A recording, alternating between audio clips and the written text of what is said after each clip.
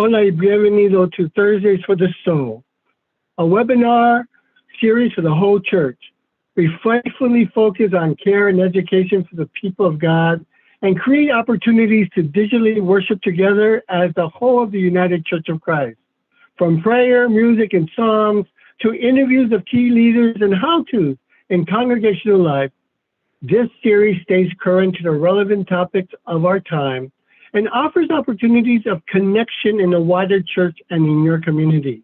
Together, we can bring our church and the world towards the world God imagines for all of us. Buen dia and good day. I am Rev Roberto Ochoa, Minister for Ethnic Inclusion, Small and Rural Churches for the Faith, Education, Innovation, and Formation Ministry of the Justice and Local Church Ministries of the United Church of Christ. Welcome. Today, we are honored to kick off Hispanic Latinx History Month, which officially runs from September 15th to October 12th, with a conversation with the board members of the Colectivo de UCC Latinx Ministries, a UCC-affiliated ministry that lifts up the voices and presence of the Latina experience in the United Church of Christ and the wider church. But first, let me share some upcoming sessions you might be interested in these coming weeks. Next Thursday, September 15th, Thursday for the Soul presents Just Peace Churches and the Disruptive Power of Peace. The United Church of Christ was the first Christian denomination to declare itself a Just Peace Church in 1985. Over the past 35 plus years, the concept of just peace, that intersection of peace with justice, reflected in the biblical vision of God's shalom, has been affirmed by ecumenical partners around the world. As our world suffers from conflicts around the world, now is the time to seek alternatives to militarism and turn our focus to building peace from the ground up. This webinar will introduce you to the concept of just peace and highlight ways in which local churches are living out their just peace identity.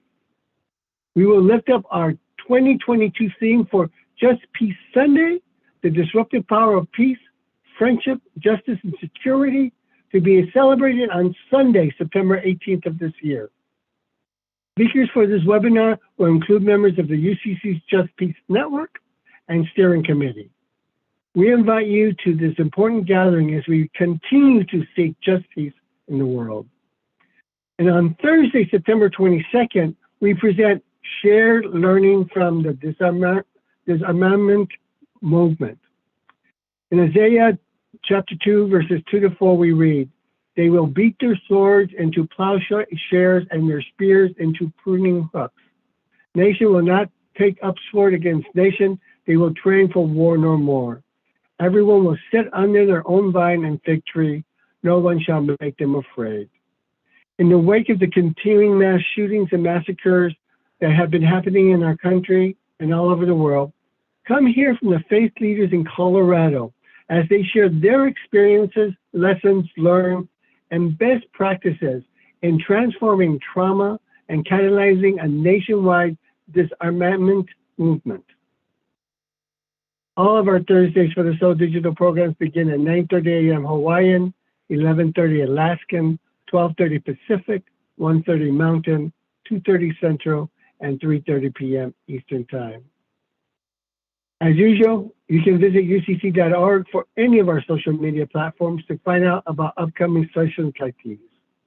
Friends and beloveds, if these conversations move you, if what's offered here helps enhance your ministry or your soul, please consider donating towards the annual fund of the United Church of Christ by texting UCC to 41444. That's UCC to 41444. Your prayerful and financial support helps programs like this in the essential work of the United Church of Christ. Gracias and thank you. Now for our program today, an afternoon with the Colectivo de UCC Latinx Ministries, present and future. At the 2019 General Synod in Milwaukee, Wisconsin, a resolution was passed to recognize the Colectivo de UCC Latinx Ministries as a member of the Council on Racial and Ethnic Ministries, known as Quorum, replacing the Council of Hispanic Ministries, which voted in 2015 to transition into a new identity and mission to better meet the needs of the Latina population of the United Church of Christ and beyond. It is with great pleasure that we have members of the board of the new Colectivo with us to share their UCC stories and why the Colectivo is important to our denomination. Reverend Edwin Perez Jr., the elected moderator of the Colectivo, is not able to be with us today. However, he did send us a pre-recorded greeting and message. Let's view and hear from Reverend Perez. Hi, I'm Edwin Perez. I am the moderator or the presidente of Colectivo de UCC Latinx Ministries. And I just wanted to take a moment and say how grateful I am to God and to all of you that I get to serve our Latinx ministries at the United Church of Christ. I also wanted to update you on 3 amazing things that we're doing and that we've decided in this year, our inaugural year of this iteration of Latinx ministries in the United Church of Christ. And those are, number 1, faith formation and resource materials for worship and devotionals, both in Spanish and in English, culturally relevant to the Latinx experience and peoples. 4, multi-ethnic, multiracial, multicultural spaces of worship and for communities that are serving Latinx communities or Latin American spaces of worship and faith. The second is that we are looking to support work that is already happening, involving UCC congregations along the border, involving work that some of our very own are doing along the southern border to serve immigrants and refugees, people who are waiting for their cases to be heard regarding asylum.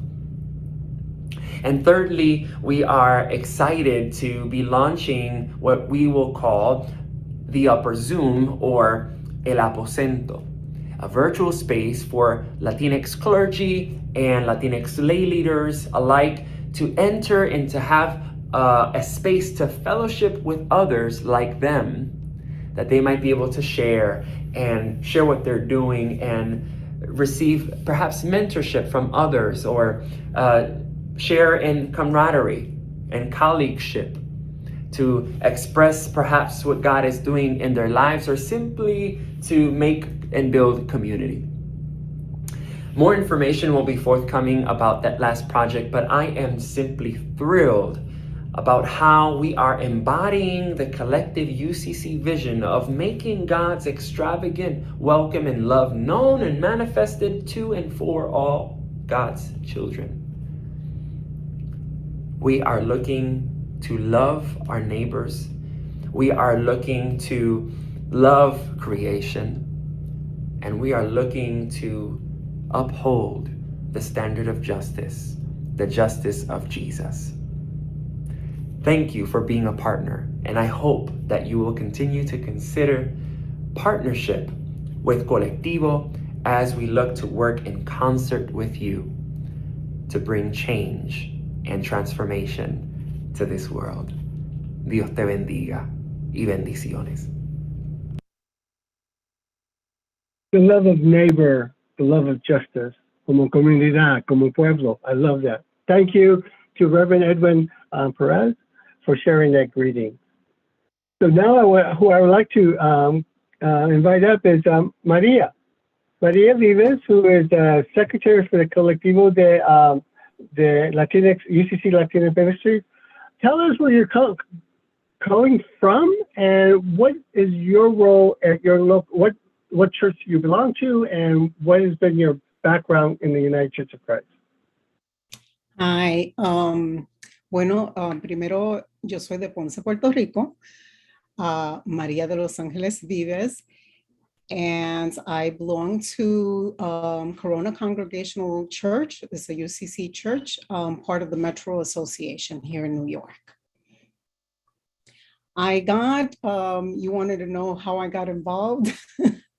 Yes, because talk to us a little bit. You're currently the secretary, Yes. For Colectivo. And so, but prior to the Colectivo, you were part of the Council of Hispanic Ministries. So you were part of that transition. So can you tell us a little bit, how that transition went, when it was decided that the Council of Hispanic Ministries wanted a new vision for itself? Well, I became part of the Council of Hispanic Ministries about 2013, 14, and little by little, I was invited to meetings, and Reverend Danilo LaChapelle at the time was an associate pastor of the Spanish Evangelical Church in the Bronx, which I was the administrative assistant to some of the food program, and he was the director of the food program. So that's how I started, getting invited to meetings. And the next thing I knew, I was nominated for certain ministries. Y ya tú sabes, they grab you and they reel you in, and before you know it, you're in the middle of a whole lot of things. Then we got a chance to go to one of the big meetings in Cleveland. And mind you, I got, even though I belonged to a UCC church, I wasn't involved with the Metro Association yet. I got involved with the Hispanic Ministries first. And it was through my work that I did there that I got involved in Metro Association and part of the board of Metro Association. But during the time that at the beginning, when I went to the meetings in Cleveland, it was decided that it needed to be restructured.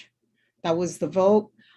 They voted and formed a committee. It was originally it was called a steering committee, and but all of a sudden it was changed to committee of discernment. So we spent a little bit more than a year meeting, working, trying to see, what it was that we needed, what needed to be done. And it was decided that it needed to be restructured, and our job was done. And then came, another committee where all of the restructuring and all of the writing and the real work, because I thought I was doing a lot of the work, but it wasn't done yet. It was a very difficult time because we were part of the UCC, but there was, I guess, a couple of years there that they felt that maybe we weren't getting involved, and they were questioning what was our purpose? Why were we there? So that's one of the reasons why that we needed to restructure it. So because Latinos didn't stop existing, so we needed to find a new way to connect and to say, hey, here we are, and bring new blood also, because and always giving credit to the old people, the old members. I don't want to say old people, but the old members that were there, the wise. I always call them the wise ones. Because you always think of people that do, and they were.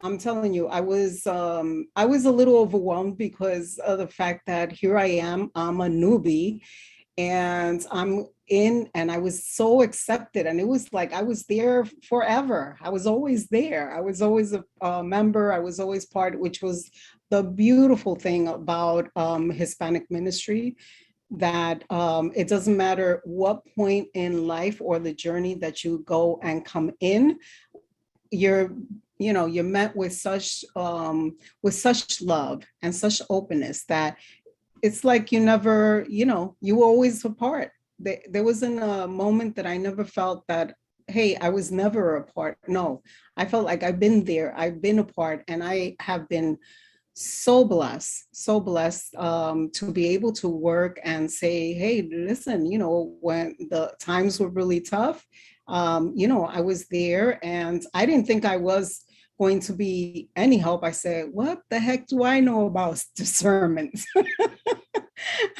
So all I knew was, all I knew is how to do ministry work and how to work in the community. I was feeding the masses, the poor, the hungry. I was helping make those connections for them to get trained. I was helping immigrants coming and, integrating into their new surroundings, because they cross the border, and no matter how they cross the border, it was always an issue, because you know how people react to anyone, even if it's not an immigrant. If you're new and you're coming into town, what are you doing here? And where did So you it come? it sounds like you were able to bring those gifts to not only for the Council of Hispanic Ministries, but you continue on with the Colectivo, and and especially that concept of outreach and hospitality. So what have you all been doing to reach out or get the message out about the Colectivo? Well, we've been meeting with I myself, because I am part of the board, I always take it upon myself. I don't think that I would do a good job being on a board if I don't extend, I don't leave everything to everyone else. So I myself, I'm working here with Metro Association. We're going to have a, meet and greet. As a matter of fact, there's a general assembly that's coming up November 19th. So be sure to save that date, where we're going to invite churches and people from all over to come and join us, so that they can get to know the members of the Colectivo, the reason why we're here, and our mission. And we need to connect, because we have it's so many Hispanic cultures, because everybody thinks, oh, Mexican, Puerto Rican, Dominican. No, there's like so many Latin American countries, and you cannot come and categorize them as just Puerto Rican or just just Mexican. So, and I am so blessed and honored that throughout my work, I have made connections in many parts of the Latin American countries. So I am, which to me is a blessing, because I not only represent Puerto Rico, but I can say, hey, I represent my brothers in Venezuela, in Costa Rica, in Ecuador, in Honduras. So this is very important, that we are not only open to share and open to let everyone in, but those that don't understand what it is that we do and the importance of what we do, we have to let them know and sit down in a conversation, because without communications, we're not going to be able to share or let them know what it is that we're all about. Gracias, Maria. Gracias for those words. So let's talk with some of your colleagues that's with us today. So I would like to bring up Taylor Ramaj. Taylor, how are you doing today? I'm doing well. How are you? It's great to be here. Yeah. So tell us, I'm so glad that you're on the show, because you're a broadcaster, you're a podcaster, and you work intersectionality within the United Church. So tell us a little bit about yourself. How did you come about being part of the United Church of Christ, and how did you find yourself doing work within the Latinx community? Sure. So let's see. I am an author with a day job, so don't get too excited. But I am a very creative person in general. My journey with the UCC begins, I want to say 2013, when I found what is still my congregation that I go to and am a part of, which was open and affirming, something that I needed in my life. And I was fed there, for many years, a long time. I was like, this is great. This is a great place, a great thing to be a part of. And then fast forward to 2017, General Synod was held in Baltimore. My church, First and St. Stephen's United Church of Christ, was the host for the open and affirming gathering that always happens before General Synod. So I was like right there, like volunteering, being around it all day long. And Reverend Elivet Mendez Angulo, she went to the ONA meeting, and she ran what eventually became Encuentros Latinx. It had a different name at that time. And that was the first time that I encountered Latinidad in a queer-friendly church. And I was like, wait a second, there's this entire like third part of myself, if you will, that was really being underfed. And I didn't even realize how much I needed the specific Latinx component in my faith life. And fast forward again to 2019, that very general synod that you were speaking of at the beginning of this webinar. Edwin, I connected with Edwin, and when you connect with Edwin, he just pulls you into everything. I'm an introvert, he's an extrovert. I love having extroverts as friends because this is just what they do. They just do everything for you, and then you get to meet all these people. So he pulled me in, introduced me to Rina Ramos, who is the president of the Encuentros Latinx advisory board. So that's how I got pulled into Encuentros Latinx. And one of the first projects that we started, I said we had a big gathering at the Creating Change conference in Dallas, Texas in 2020. This was January 2020, before COVID shut everything down. And I said, for the past couple of years, I've really thought it'd be cool to do a podcast, in general. And this was an opportunity to do that. And Rena said, this sounds like a great idea. Let's do it. And she just let me have at it. And so the podcast is called the Encuentros Latinx Podcast. Episodes release on the first Saturdays of every month, usually. Every episode is audio. Some episodes are video, and the video episodes you can find on the Encuentros Latinx playlist on the UCC's YouTube channel. We're actually going to have one publishing hopefully sometime within the next couple of days. A video episode is going to be up on YouTube. So that's kind of the very quick run through of where I started and how I got here today. And so how did that progress to getting yourself at the Colectivo board, Yeah, so how did that come about? Yeah, so through being part of Encuentros Latinx, I kind of got introduced to a lot of other Latina people around the UCC. One of them was Christina Lizardi Hajbi. And I had interviewed her on Encuentros Latinx on the podcast. There's an episode with her and I together. And some months after that, she reached out to me. She said, "Hey, Colectivo is getting a new board together. I think you'd be great to be a part of that." And I said yes, because even though I've been at this for a couple of years now, but I'm still wanting to connect even more to the Latinx community within our denomination, because and the podcast is in some ways trying to do that. I do interview a lot of UCC people. I also interview people that are not in the church at all, because I think it's important to have that broadness. But I do sense, and I hear from in a lot of meetings, that we still feel pretty disconnected sometimes as Latinos in the UCC, because we're demographically, my understanding from the stats is that we're not a very large percentage, and a lot of us are kind of scattered throughout the country and all of that. So I think being part of Colectivo is also just a way for me to learn about what other Latino people are doing in the church. And so then I can kind of be, a little bit of a better podcaster, and maybe hopefully get some folks to come on the show. I'm always looking for guests. You can find information to get in touch with me about that. But that's really, I guess, connection is really like the core word that I'm getting at here with all this. And what do you hope for the future for yourself as a church? What do you see are the opportunities out there for the Latinx community in the United Church of Christ and beyond?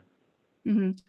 So I think, not to beat the connection horse again, but the connection thing really is important. My experience as a Latina is I am part of the Puerto Rican diaspora, and I did not grow up on the island. I did not grow up speaking Spanish fluently. So there's a lot of sense of disconnection, and there's a lot of imposter syndrome. And I think actually there are, as we go along more forward in time, there are going to be a lot more people. There are a lot of people that are in my similar situation, and there are going to be even more generations that are in that similar situation. And I think that for a lot of reasons, there's a narrative of oh, you're not Latino enough because of XYZ. There's all these different sort of litmus tests that exist. And I think that I would like Colectivo and anything related to Latinidad and doing Latinx stuff in the UCC to be a place where we kind of deny that. We say no, we're not here to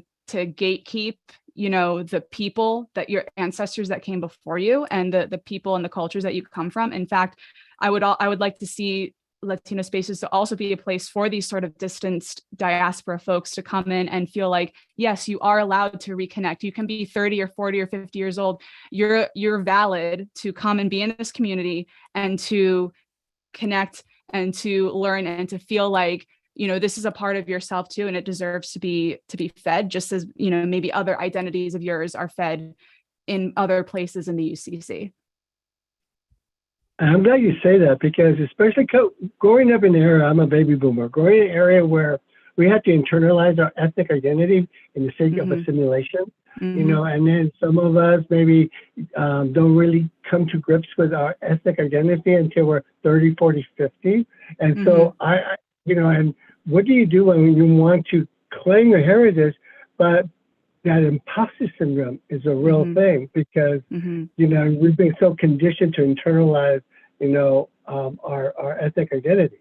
So I'm glad you brought that up. Thank you so much for bringing that up. Yeah. Thank you, Taylor. Thank you. And I'm sure we'll talk some more. So next one I'd like to bring up is Pastor Ali Lopez Valcacel. I'm sorry, messing up your name. I tried. I'm sorry, Pastor. Please forgive me for I've sinned. So tell me a little bit about yourself. You're coming from the borderlands in Texas. Welcome. Bienvenido. Thank you. Thank you for inviting me. It's such a joy to join with you all in this very important quest of Latinidad, being united, represented, and lifted. As you said, I come from the borderlands, although I am born in Puerto Rico. Somehow I ended up in the South Texas region. And from there, I led a church for many years in the area of South Texas. And in that work, I became involved with immigration issues and the LGBTQ community, which is very, how do I explain it? Is very quiet, or used to be very quiet in the borderland because of the many religious and ideas that are in the area. So in my work as a pastor for many years in the border, that was one of our goals to bring understanding and unity to what it means to be an LGBTQ person and be a Christian. And bringing that connection to our community has been a big goal of mine. And with that, being involved in immigration issues, because a lot of organizations do not bring help to the LGBTQ members seeking asylums and immigration status in the United States. And that's how I became part of the UCC. I was in an activity, a queer activity, a pride event, I believe it was. And I met Yari Reina, Martinez Reina. I think you probably know them. And I was just, I was there as a guest speaker for the event. And after the event, Yari approached me and was like, "Hey, have you ever heard of the UCC?" And I'm like, "No, what is that?" And somehow about a year later, I was moved to Dallas, coming to seminary and becoming a UCC ordained minister. So that's how I joined the UCC. And it has been such a blessing in my life, because I have been able to expand my connections and my abilities to understand what it means to be a Christian in a complex environment of so many different ideas and important factors that we need to pay attention to bring us together as Latinos, Latinas, Latinxes, and to connect with one another. As a person who was a minority within a minority in South Texas, right? Because mostly we're Mexican Americans and people from South America who live in South Texas. And I was one of the few Puerto Ricans at the time when I first moved there. It was also that idea of finding the connection of what brings us together as Latino people, rather than the differences that we are often just so concentrated on. And that's, I think that's important as Christians and as members of the UCC, of such a plural, diverse community of Latinos, that we learn to find and work with the different backgrounds and things that make us better together. And do I understand that you've created a parish ministry at the border? Can you tell us a little bit more about that? Yes, Proyecto RGV, or Rio Grande Valley, which is what the region is known as, is emergent congregation of the UCC that is connected to UCC Embrace, a church here in the Fort Worth area. And it's basically a ministry. We have a small group that gathers often in the South Texas and also participates online with our UCC here in the Dallas-Fort Worth area. We also are a ministry of help, of mission, and we provide assistance to immigrants and asylum seekers through the many organizations that work in the Valley to provide support. And we were blessed last year to be granted a Helping Neighbors grant. And we use that we're still using that to take some groups of our churches that might want to be kind of like have some knowledge, firsthand knowledge of what's happening at the border, because I can tell you the news are not very accurate. So we take groups and we help them become oriented of what's really happening in the border, what's really happening in Mexico, while people are waiting for the cases to be heard and be able to cross into the United States. And we provide support, hygiene kits, food or clothing, whatever the need is, medications to the different camps that are gathered around the border. So we have a group going in October 6th, and Colectivo is sponsoring that, and we are excited to bring a group of people to the border to continue to expand of what's really happening, and for us to be able to come to our places of worship, to our communities, and serve as, testimony of what is happening, what we see, how we can help, and how can we be part of helping our community. Awesome. So I'm picking up a theme here, beginning with Maria saying very exotic and welcome, and Taylor talking about queer experiences, and you bringing up the LGBTQ. So within the Latinx context in faith, it's often viewed that the Latino communities tend to be much more conservative when it comes to issues of sexuality and gender identity. How do you in your ministry in the border handle, especially working with immigrants and those communities of need, and how do you and how are you able to work with other ecumenical partners that may not be as open? Yeah, that's a compound question. It is a challenge. It's okay. It's an important question, definitely, because it is a challenge to work in the border, because many of the organizations that work at the border to help immigrant and asylum seekers are Christian religious organizations. However, I will say there's none except ours that will gladly affirming and openly welcome and help and support in any way that we can the LGBTQ immigrants and asylum seekers. That's why we partnered with Clinic Lulu in Mexico, because they are the only people who welcome, house the immigrants and asylum seekers that are LGBTQ, because they go outside on the streets, they're likely to be, harassed and etc. And within the community in South Texas, in the other side of the United States border, there's still a lot of religious pushback, right, on LGBTQ issues, and we do partner with a lot of organizations that are non-affirming, but at the same time, we find ways to work in what is it that we can agree on, how can we build bridges of understanding. And some organizations are welcome and willing to do that. Many are. Some are not ready, and we are patient and we continue to love and from afar, right? We don't expose ourselves to be hurt or pushed back, but we do tend hands and try to build bridges wherever there's opportunity to do that. And educating and just being there for one another's and creating an experience of a place of worship that is welcoming to everyone. And trying to create those spaces where it doesn't matter what you look like, where you come from, grandma comes, the uncle comes, everybody's welcome, and we're gonna just worship and find the commonality in that worship.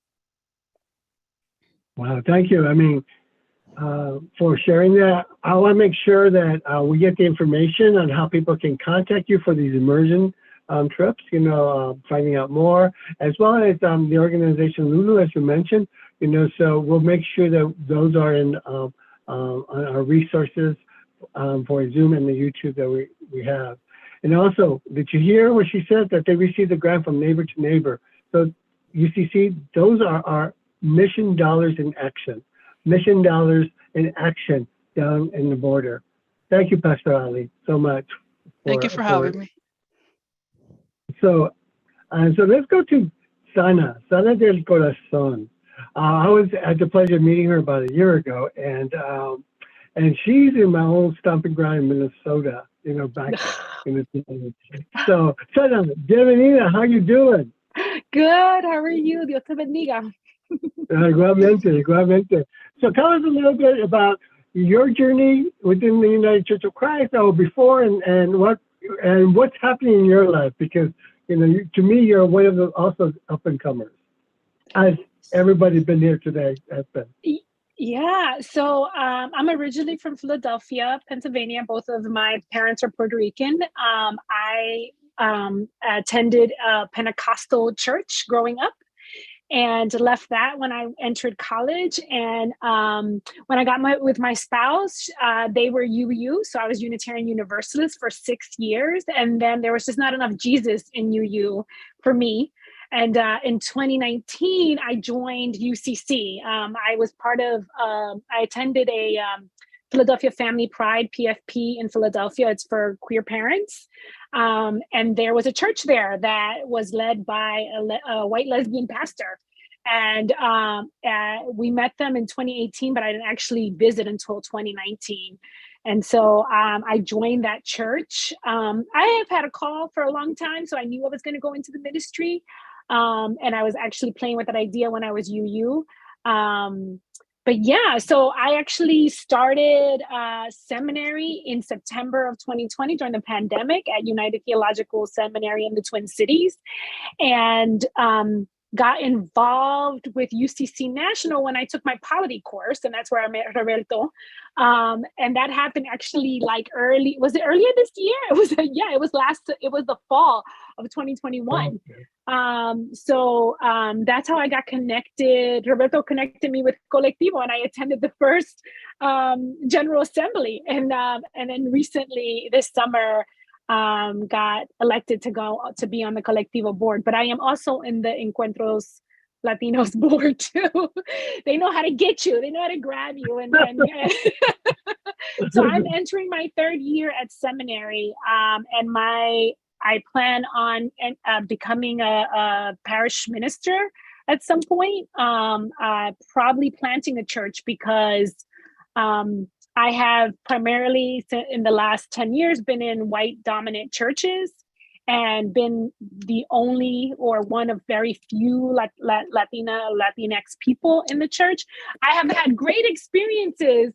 However, it's not for everybody. Let's just say that it's not for everyone. And I feel like we need more churches that center BIPOC people and queer people. And, churches are closing. We need ones to open up. So that's my goal after seminary, is to, I hope, plant a church somewhere. Probably not in Minnesota. Probably not in Minnesota, though. Okay. All right. How much longer do you have?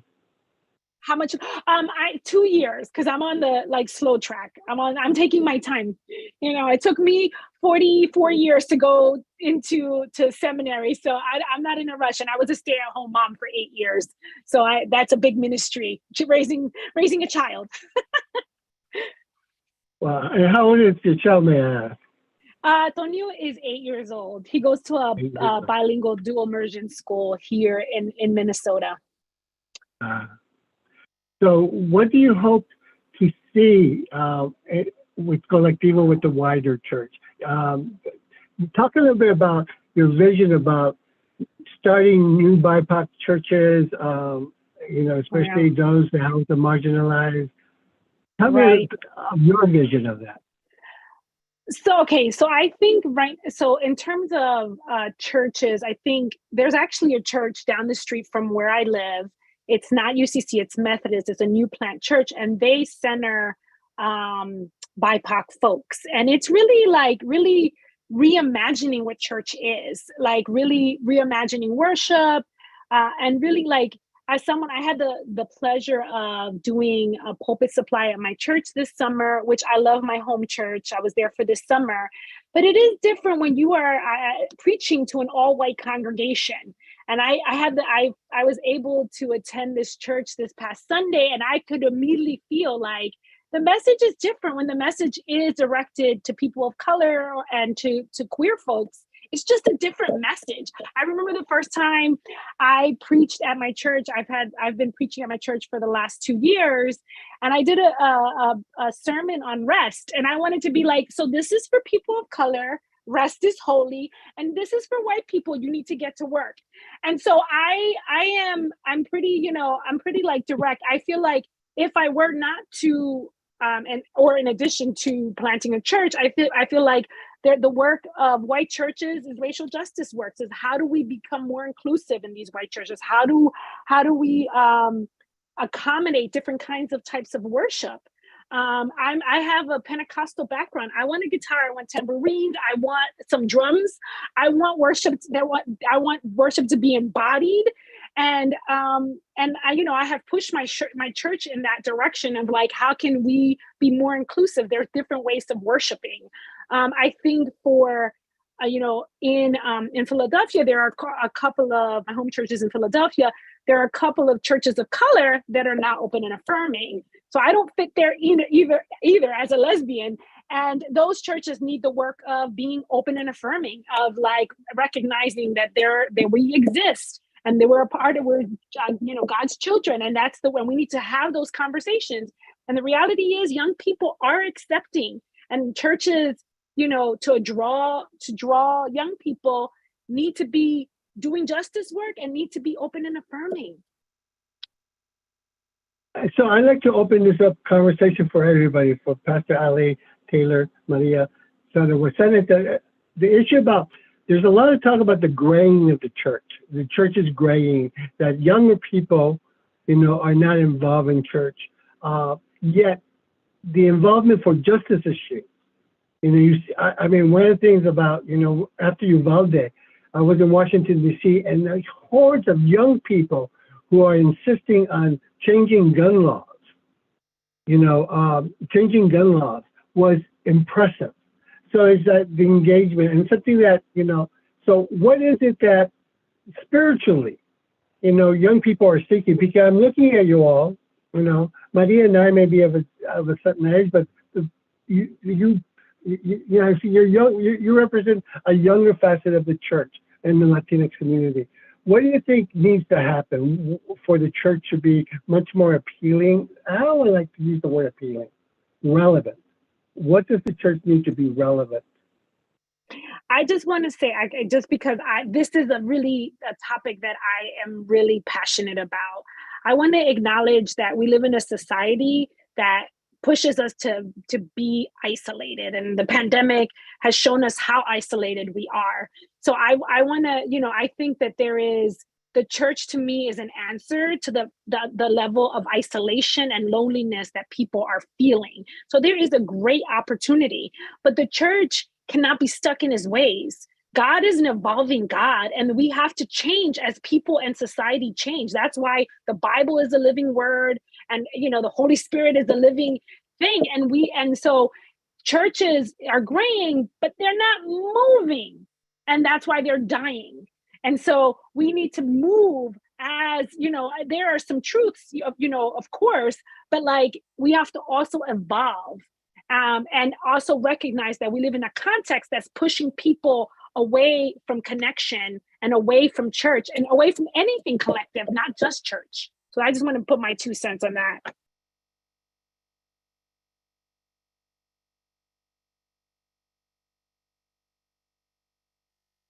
But anyone else want to talk about that? Yeah, I suppose as perhaps the resident millennial, or maybe there's another one. I don't want to, step on any toes there.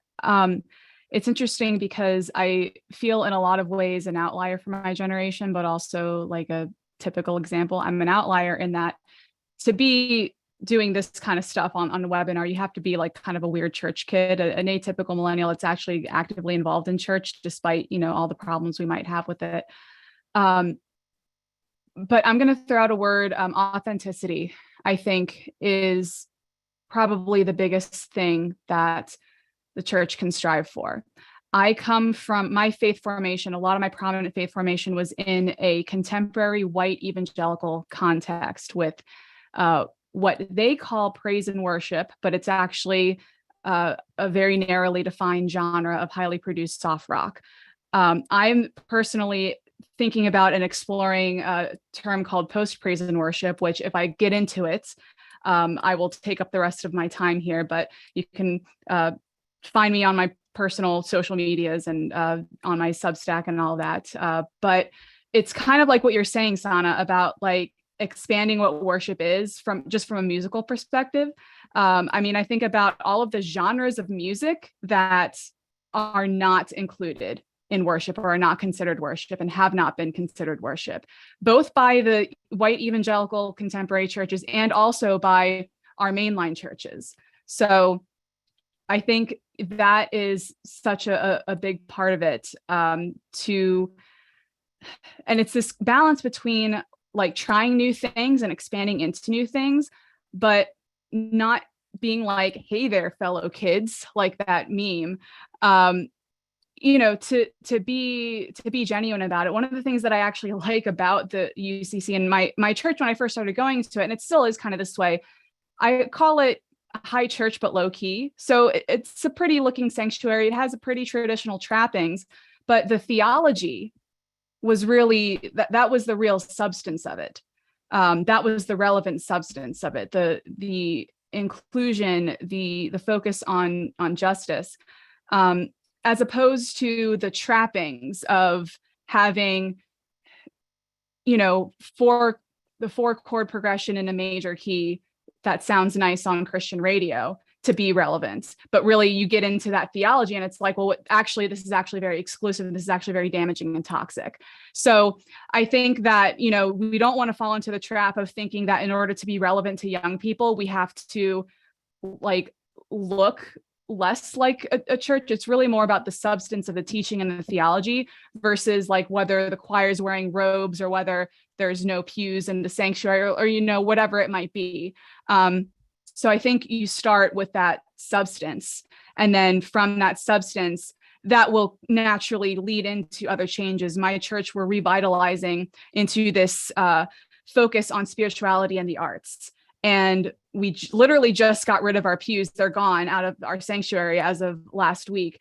And I'm involved in bringing new music into the space, working with the music director and, all the weird bands that I like that I always have thought for the past 15 years should have been played in church, but never were. And plus, the good hymns too, the good hymns. But, I think it's just, it just all goes back to that authenticity.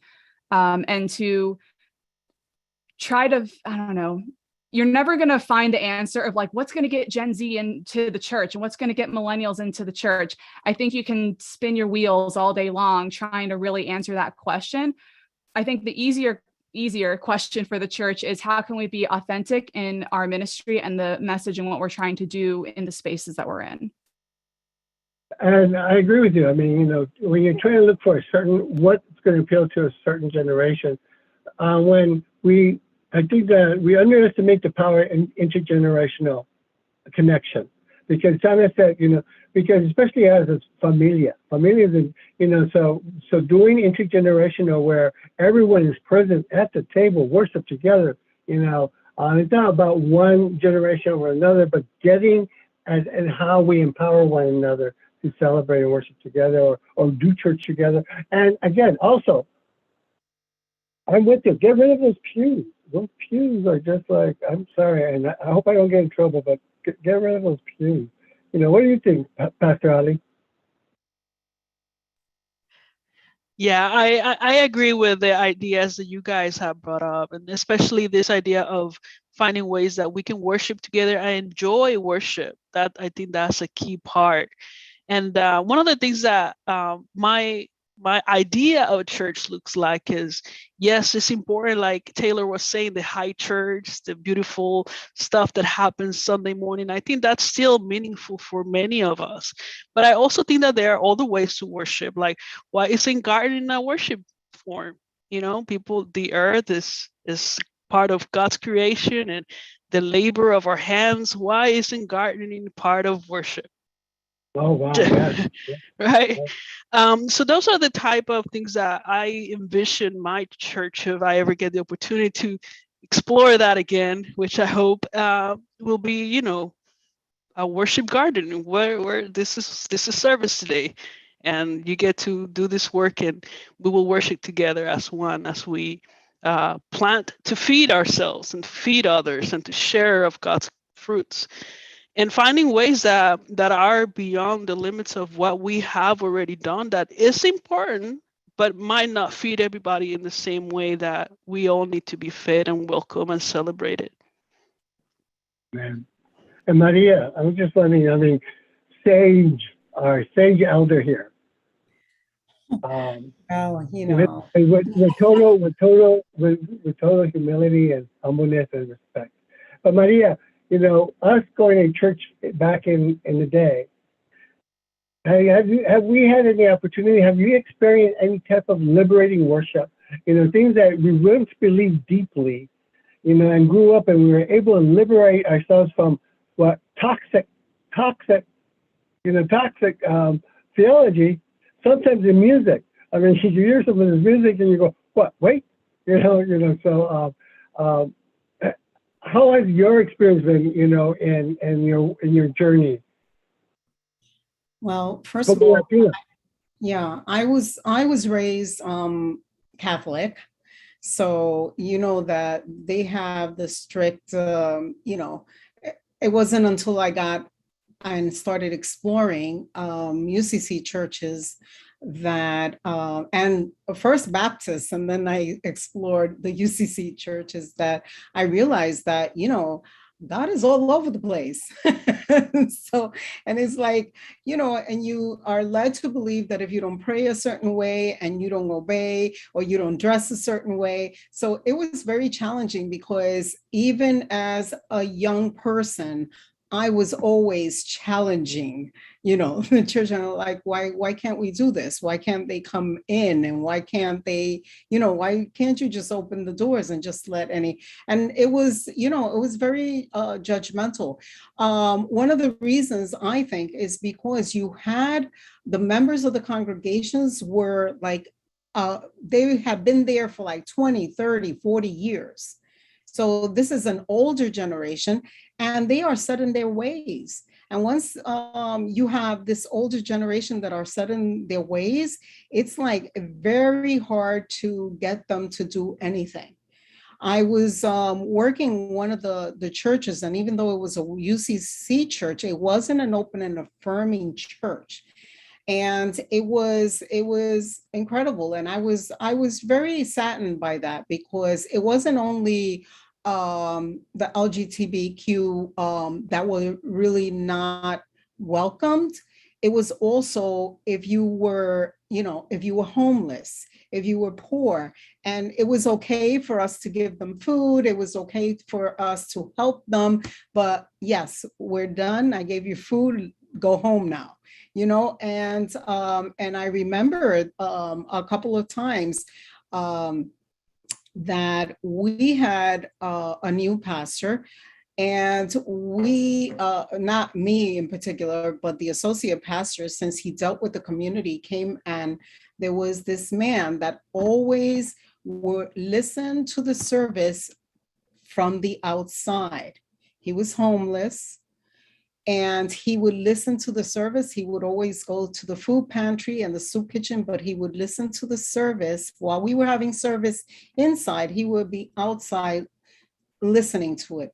And he saw this and he invited him in. And oh my gosh, lo que nosotros puertorriqueños decimos un alboroto. So, because it was like, oh my gosh, look at the way he's dressed. Oh, does he smell? Oh, why can't he take? And it's like, you know what?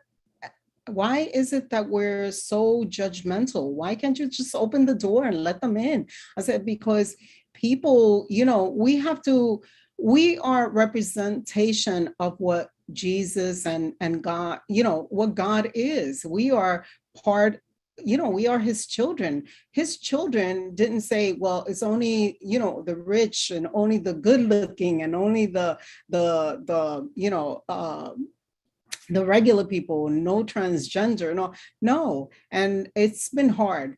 I had to work in that environment, and it was very hard to come and convince them, talk to them, convince them that, listen, you know, we are not to judge. We are not here to judge. It is not our job to judge. It is our job to live a life and lead the life that Jesus came here to specifically, because I really believe that Jesus came here to show us how to be human beings, how to, you know, to embrace the humanity, where he opened and he talked to everyone. It didn't matter the taxpayer, the poor, the hungry, he talked to everyone. And this is an example that people forget. And they read the Bible, and I many times have encountered people that have memorized the Bible. And I'm like, you memorize the Bible, but yet you don't understand and don't, you know, you don't really listen to the scriptures. You really don't. So it's a journey. I know it's a journey. And, you know, the only thing we can do is work one person at a time.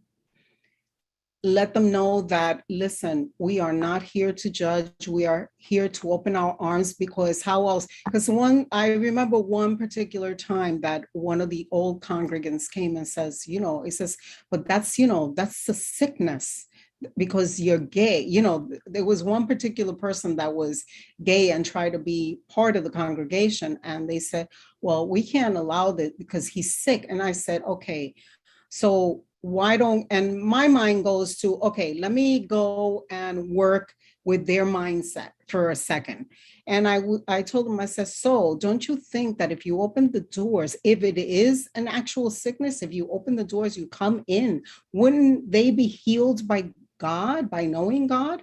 And of course, in the back of my mind, I said, once you get to know this wonderful person, it doesn't matter their, you know, their affiliation with gender or what lifestyle they live.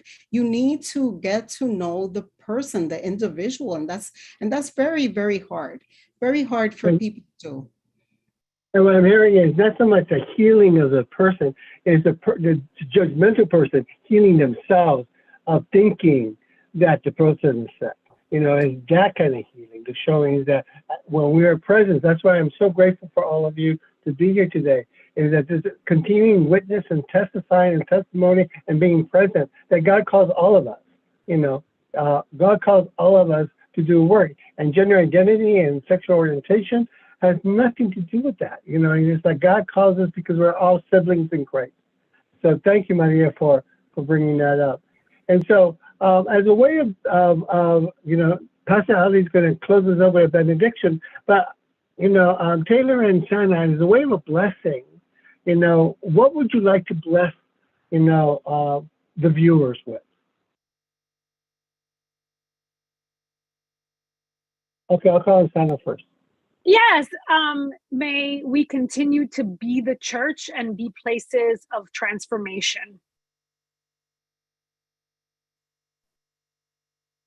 May we continue to accept ourselves and to find those spaces that will accept us.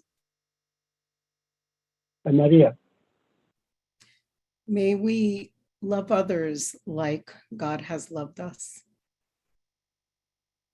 Gracias con todo corazón. Thank you with all my heart for all of you being with us here today. Thank you all who is viewing us and joining us with this conversation with the Colectivo de UCC Latinx Ministries. Just a note is that they are open to everyone, so to all communities interested in the welfare and the uplifting of the Latinx cultures and spiritual experiences. So with that, thank you all for coming, and Pastor Ali closes up with a benediction. Thank you. We lift our hearts to continue to receive of the grace and mercy that has loved us beyond our imagination, that we may find ways to share in every place and every person that we encounter. Let us continue to build one another and to be there for one another. Let us go in peace, knowing that our service continues as we continue to love. Amen. Dear siblings in Christ, if this conversation has inspired you, if what you heard here bless your heart and your ministry, please consider donating towards the annual fund of the United Church of Christ by texting UCC to 41444. Your support will help programs like this and our essential work. Thank you for your support. Be blessed in the rest of your day and know that I will be holding you in prayer. Amen.